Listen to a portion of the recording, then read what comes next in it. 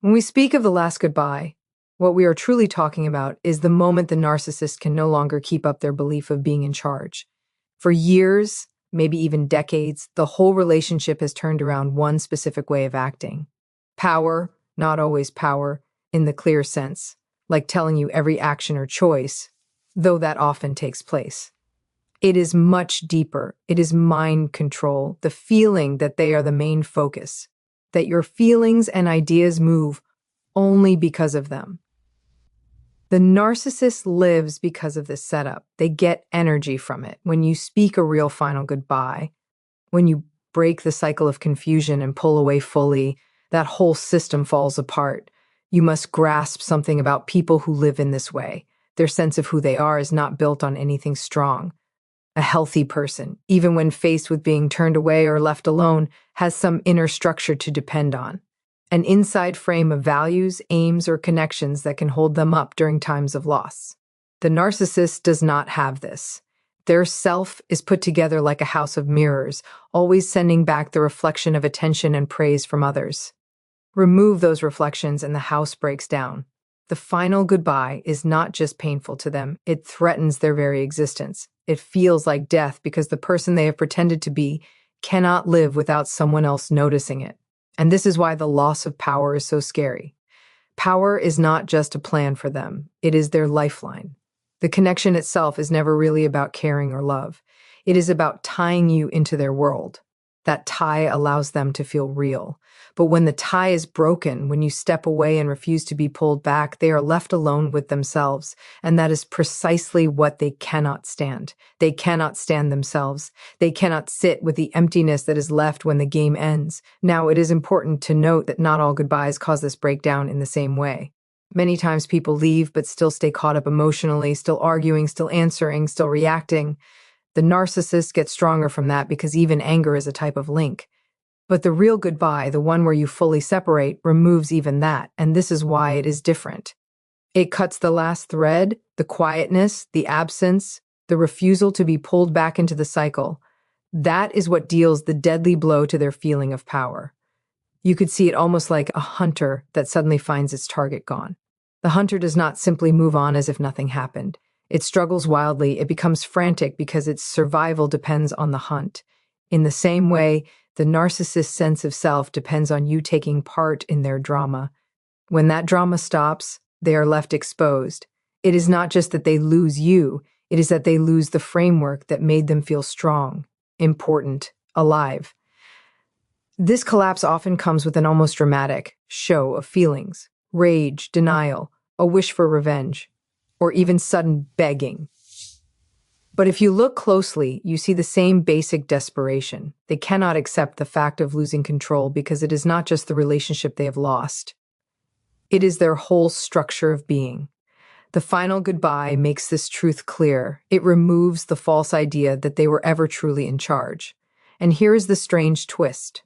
The very thing they fight hardest to keep, power, is the very thing they lose the moment you walk away for good. In their frantic efforts to hold on, they show just how weak they are. It is not strength that drives their actions, but weakness hidden as dominance. The final goodbye reveals this. So when the game is finished, when the last move has been made, and the final goodbye is real, the narcissist does not simply feel sadness or anger. They feel destroyed. They feel the falling apart of a carefully built world in which they ruled at the center. That is why they fight it so fiercely and why they cannot stand to let it end.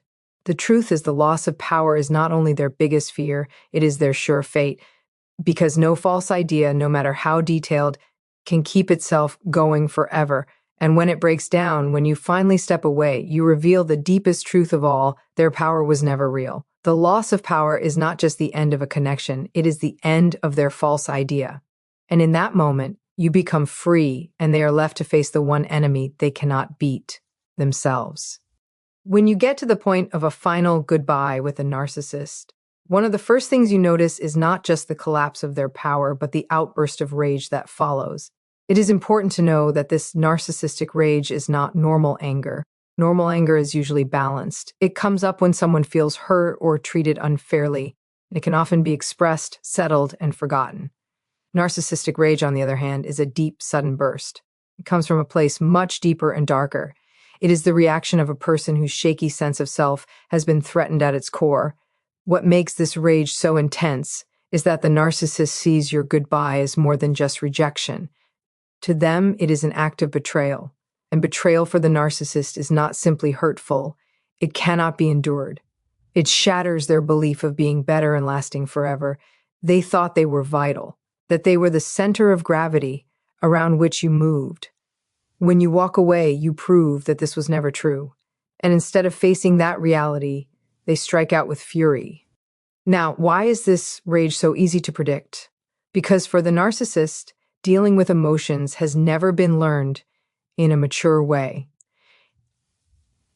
In childhood, many narcissists learn to handle feelings of shame, being left, or unimportance by building a false self, an over-the-top image of confidence and importance.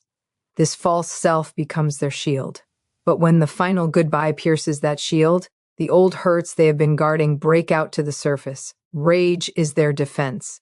It is their way of turning away the unbearable truth that they are not in control and that their grand image was a trick all along. This is why the rage can take on so many forms. Sometimes it is explosive, screaming, insults, threats. Sometimes it is cold and planned, silent treatments, bad talk about you to others, tries to turn people against you. And sometimes it is wrapped in being the victim, where they claim they are the one who has been wronged, stirring up pity to hide their fury. All of these reactions come from the same place. They cannot stand the fact that you are no longer willing to feed their story. What is especially clear is how unbalanced this rage often seems. From an outsider's view, you might wonder, why does this person care so much? Why does a breakup or a goodbye cause such ferocity? But this is the key. You are not seeing the reaction to just the event of leaving. You are seeing the breaking down of their created identity. That is why it feels like the end of the world to them. Your goodbye is not one person leaving another in their mind. It is the collapse of their world. And if you have ever been on the receiving end of this, you know how confusing it can be. The strength of their rage can make you doubt yourself, wondering if perhaps you really are the bad person they claim you are. This is part of the trap. Their fury is not just emotional, it is planned. It is meant to pull you back in, to set up the old way of acting where you react, and they are dominant. That is why holding your ground in the face of narcissistic rage is so hard and yet so important. What you must realize is that their anger is not truly about you. It is about them. It is about the emptiness inside them that your absence reveals. They push that emptiness onto you, accusing you, blaming you, attacking you, because it is much simpler to do that than to face the void inside. If you can see it for what it is, not as a reflection of your worth, but as a reflection of their weakness, you begin to step outside of their game. And here is something worth thinking about. Rage in this situation is actually a confession. It shows what they try so hard to hide. For all their outward confidence, the narcissist's fury shows you the truth. They are scared. They are scared of being unimportant, scared of being left, scared of facing themselves without someone else to mirror their grand self-image. The rage is their mask slipping, their weakness shown the very moment they try hardest to look powerful. This is why the final goodbye changes things so much. When you hold your position in the face of that rage, when you refuse to be tricked back into the cycle, you are not just leaving them, you are facing their deepest fear. And by doing so, you take back something they never wanted you to see. Your independence, your strength, your ability to walk away without being consumed. So remember this, their rage is not proof of their power, it is proof of their desperation. And once you see that truth, you no longer have to be caught by it. Narcissistic rage is the sound of a false idea breaking, and when you do not answer it, you prove once and for all that their power over you is finished. When the final goodbye has been spoken and the rage has either exploded or cooled down, narcissists often move into an entirely different phase of behavior, the planned attempt to get power back. It is not always clear, and it does not always come as outright anger. Sometimes it is small, sometimes controlling, and sometimes wrapped in emotional talk, but the main reason is the same, to pull you back into their world. What you need to understand is that narcissists do not see relationships as a fair trade of love and respect. They see them as deals of power, a game of being in charge where their feeling of importance is always fed by your attention, your energy, and your willingness to obey. When you leave, you take away that source from them, and it creates what experts call a narcissistic injury. That injury cannot be tolerated. So their mind starts forming plans to undo it. This is why so many people who finally say goodbye are shocked to find that the narcissist does not always vanish into the night, but instead shows up with new tricks meant to draw them back in. One of the most common plans is what has been called hoovering, named after the vacuum cleaner. They try to suck you back into the relationship by any means needed. Sometimes it is through kindness, suddenly becoming the caring, charming person you once fell for. Other times it is through guilt, reminding you of the past you share, appealing to your sense of pity, or showing themselves as broken and in need of saving. And when those do not work, they might change the method, using threats or fear or painting you as cruel and heartless. All of these are different sides of the same plan. Power must be brought back, and you are the only one who can give it. Now, here is what is interesting to think about. In moments like these, you are actually seeing the weakness of the narcissist's so-called power. If their power were real, they would not need to trick you. True strength stands alone. It does not have to fool, guilt, or force others into staying. What you see in these tries is not strength, but dependence masked as dominance. They need you far more than you need them. And that realization is exactly what they fear. From a psychological point of view, this cycle shows the emptiness at the heart of the narcissist's identity. When they try to win you back, it is not because they have had a sudden insight or because they have suddenly learned how to love. It is because your leaving is a mirror they cannot bear to face. It reflects back their lack of ability, their failure to hold on to something real. By reeling you back in, they can cover over that truth, at least for a while. And here is where the empathetic or the deeply self-aware person has to be careful. Compassion is both a strength and a weakness. When a narcissist comes back in a moment of seeming modesty or need, it can wake up the empath's urge to care, to heal, to forgive. But this is where wisdom must come with compassion. Because without wisdom, compassion becomes a rope that drags you back into the very cycle you worked so hard to escape. You have to ask yourself, is this a real change, or is this a performance? And in most cases, when you watch carefully, you realize it is the latter. Because real change takes time, humility, and effort.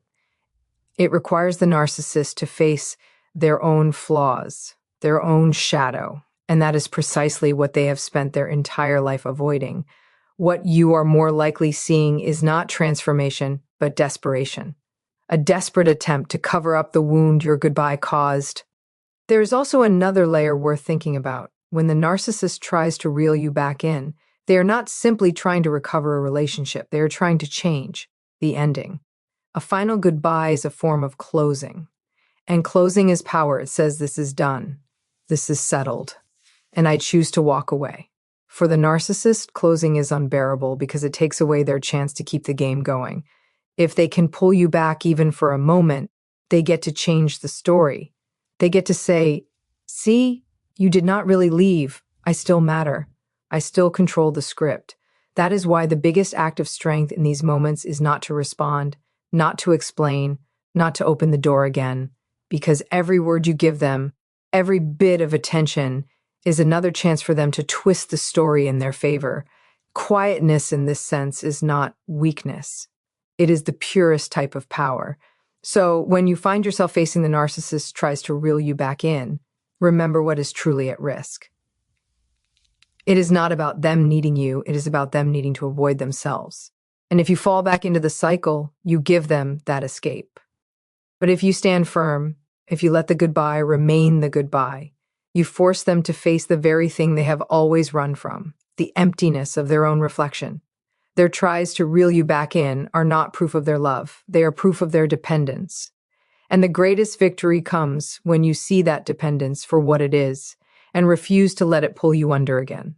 Once the narcissist realizes that their tries to pull you back in have failed, when the charm, the guilt, and the threats all fall flat, they often turn to one of the most damaging plans in their toolkit, the smear campaign. This is the stage where they try to rewrite the story. Not for you because you have already refused to play the role they gave you, but for everyone else who might listen. The smear campaign is their way of getting power back by controlling the story. Why do they do this? Because narcissists cannot stand to be seen as the one who is left. To them, losing someone is not just a personal hit, it is a public shame. And shame for the narcissist is unbearable. Remember, their whole sense of self is built on keeping up an image of being better, charming, or powerful. When you leave, you expose them as weak, flawed, and human. That exposure is intolerable. So they fight it not by facing reality, but by building a different reality. They paint you as the villain, the abuser, the unstable one. They do this not just to protect their standing in the eyes of others, but also to protect themselves from the truth about who they are. The smear campaign is sneaky because it depends on one of the most basic parts of human nature, our wish to be understood. Most people, when falsely accused, want to defend themselves. They want to explain, to prove that they are not what they are being accused of. But here is where the narcissist has the upper hand. They know that the more you try to defend yourself, the more you get tangled in the very story they have made. It becomes a trap. You spend energy fighting lies while they sit back and watch as the drama itself confirms their story. See, they say, look how emotional, how unstable, how obsessed this person is. To think about it simply, this shows something deep about how tricks work. Lies do not need to be true to be effective. They only need to be repeated, believed by a few, and used to create doubt. A narcissist knows this without being told. They are not worried about truth. They are worried about how they are seen, and how they are seen in their world is everything. If they can convince others that you are the problem, they bring back their sense of power, even if only in their own minds. From a psychological view, this is blaming others for their own faults in its purest form. Everything they fear about themselves being controlling, cruel, dishonest, they put onto you. And by doing so, they create a twisted mirror where they remain the hero and you become the monster. This lets them keep the false idea of being better while avoiding the pain of taking responsibility. Now, if you have ever been the target of such a plan, you know how painful it can be. It is not just the loss of the relationship that hurts, but the feeling of being wrongly described, of watching people you care about turn cold because they have been fed a false story. It can feel like a second betrayal, one that wounds your very sense of who you are. But this is where strength must rise above reaction. The best way to deal with a smear campaign is not to fight fire with fire, but to stand firmly in your truth. That does not mean you stay silent in the face of every lie, but it does mean you do not allow yourself to be pulled into the theater the narcissist has built. Over time, being constant speaks louder than accusations. People who truly know you, who watch your actions and your character, will see through the twisted claims. And those who do not, those who easily believe the narcissist's story, show more about themselves than they do about you. It is here that we learn a deeper lesson about human resilience. The narcissist's smear campaign shows not just their desperation, but also the weakness of your own need for outside approval. When you learn to stand secure in who you are without depending on what others think or say, you take away one of their most powerful weapons. Because what is a lie worth if it cannot cause a reaction? What is gossip worth if you refuse to let it define you? In the end, the smear campaign is less about you and more about their failure to deal with the truth. It is their way of screaming into the emptiness, insisting that the world believe their version of events because the other choice, the reality that they were left, that their mask slipped, is simply too much for them to bear. After the rage has burst out, after the tries to pull you back in have failed, and even after the smear campaign has finished its run, there is often a quieter, more sneaky stage that follows. The narcissists slide into feeling sorry for themselves and playing the victim. At first glance, it may look like regret. It may even sound like taking responsibility. They will say things like, "I do not know why everyone leaves me," or "No one ever really understands me." To the person who does not know, it can sound like real emotion. But what it really is more often than not is another way of controlling, a final attempt to save some amount of power by making themselves the sad figure. Why does this happen? Because after all the outside plans fail, anger, charm, threats, twisted talk, the narcissist is left with one tool that often works on empathetic people: guilt. They know that if they can make you feel sorry for them, If they can place themselves as the hurt soul who has been left, they may still pull at your compassion. It is an appeal not to sense, but to the heart. And for many people, especially those who naturally feel for others, this is the hardest trap to avoid. But here's the thing. Self-pity, when used as a weapon by a narcissist, is not the same thing as real vulnerability. Real vulnerability involves honesty, modesty, and the willingness to face one's flaws. It is open and self-aware. Narcissistic self-pity, in contrast, is self-focused. It is not about facing truth. It is about avoiding it. Instead of saying, "I hurt you, and I need to understand why I do this," they say, "Everyone betrays me. Everyone leaves me." The small difference. One statement takes responsibility. The other moves it away. This change into victimhood serves many purposes. It lets the narcissist protect their ego by avoiding accountability.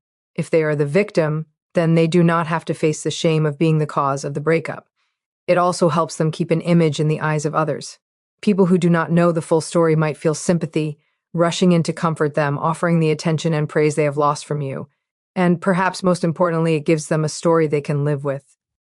Because to admit that you left them because of their actions would require them to face the very thing they have built their entire life avoiding, the truth of their own brokenness. From a psychological view, this is where blaming and denial meet. The narcissist pushes blame outward onto you, onto life, onto bad luck, while at the same time denying any inner responsibility. It is an emotional trick, and it works surprisingly well on people who are wired for empathy because our instinct when we see someone hurting is to lessen that pain. What the narcissist has found is that if they can convincingly play the role of the sufferer, they can keep people around them, even if only out of pity. But here is where the thinking part comes in. Real compassion, as hard as this may sound, sometimes means refusing to take part in someone's self-destruction. If you allow yourself to be pulled back in by false shows of self-pity, you do not actually help the narcissist. You enable them. You make stronger the very patterns that keep them trapped in their false ideas. And at the same time, you lose yourself in the process because you give up your hard-won freedom for the sake of an emotional performance that was never about truth in the first place. The challenge then is to tell the difference between real vulnerability and controlling victimhood. That requires both bravery and clarity. It means asking yourself, is this person truly taking responsibility, or are they merely seeking sympathy? Are they opening themselves to growth, or are they holding on to their false ideas by hiring me as their caretaker? These are not easy questions to ask because the narcissist is skilled at blurring the lines. But once you see the pattern, it becomes impossible to ignore. And what you come to realize is this.